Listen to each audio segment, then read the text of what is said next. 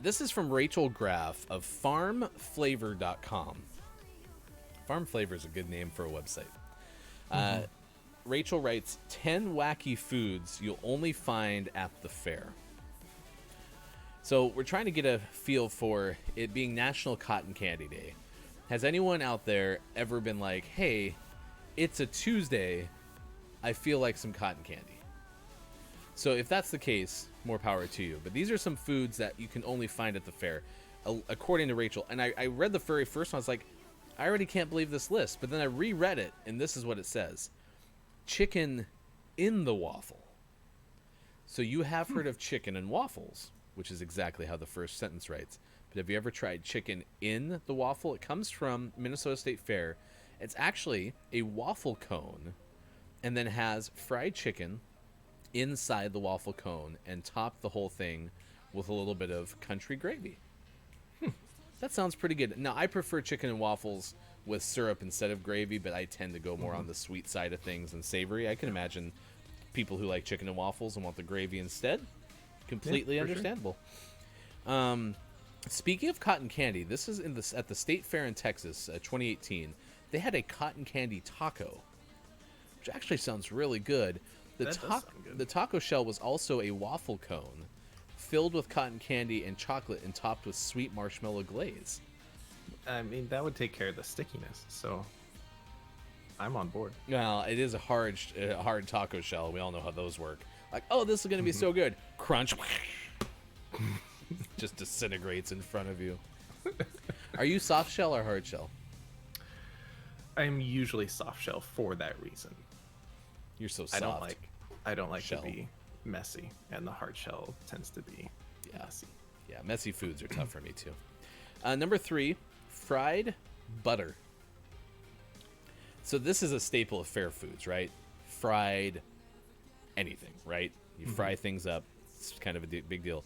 LA County Fair has deep fried butter. So they take butter balls, coat them by coating frozen pieces of butter in a batter, fry them, and finish them off with some powdered sugar and maple syrup. I mean, I imagine it's delicious. I'm sure it's great, yeah. So here's my issue, and I have to imagine there's probably another fried something on this list. But the typical, like, deep fried ice cream or deep fried candy bar and stuff that you get at the fair, what batter is that always in? It's always corn dog batter. Oh. I'm not a huge fan of corn dogs, so I always like the idea like this. And looking at the picture, I'm like, that sounds delicious, but it looks like a corn dog with butter instead of a hot dog. What's wrong with a corn dog? Eh. Really? Eh. It's less messy than a hot dog. It's true. I just don't. There's something about the batter. Really? I'm just not a fan. Yeah. Okay. Well, that does that. Yeah, because you're right. It's not like a tempura batter typically. Yeah. It ruins all of those for me. I will say number 4 that might be more up your alley, because this does not look like corn dog batter. It is alligator on a stick.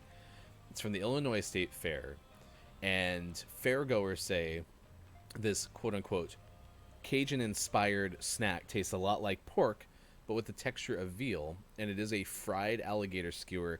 It really looks more like grocery store chicken strips batter. Yeah, for sure. I would try this.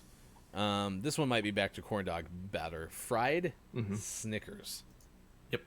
And this is at the Oregon State Fair. I've had this specific fried Snickers, and it is great, but it is definitely corn dog batter. And I had like 2 bites, and I was like, that's really good, but I don't want it anyway. See, I really like stuff that's not good for me. I'm really good at eating it. I have no desire to take something fried, like I'm picturing like chicken, strips, right? I don't need that flavor with a Snickers, and I realize it's not the same flavor, but like that texture. I think what it is for me though is like I want it always to go down the sweet index. So frying it is just going to add more of a savory taste to it, and I'm like the worst person to have on a cooking show, because you always hear them talk about like, we need something. Your dish lacked something to cut through the sweetness, and I'm just like, you don't need that. So I don't think I needed this. I would try it for sure. This is the way it's built. Fried Snickers on a stick served with chocolate syrup and powdered sugar. It might be the only place it's possible to taste your favorite candy bar fried. I don't think that that's true, but you said this is a specific one, so. Yeah, and there's a truck at the Oregon State Fair that has deep fried anything you can imagine. They deep fry Oreos, they deep fry candy bars, they deep fry ice cream. Like, they do it all. They deep fry the animals that you can win at the carnival games. It's delicious. 10 wacky foods you'll only find at the fair. This is from Rachel Graff of farmflavor.com. It's because we've been talking about National Cotton Candy Day. Krispy Kreme donut burger. This actually sounds delicious, and I'll tell you why. When we went on our, many baseball parks and many days, 30 trip, me and my friend Joey, we previewed some of the best food at the stadiums we were going to go to.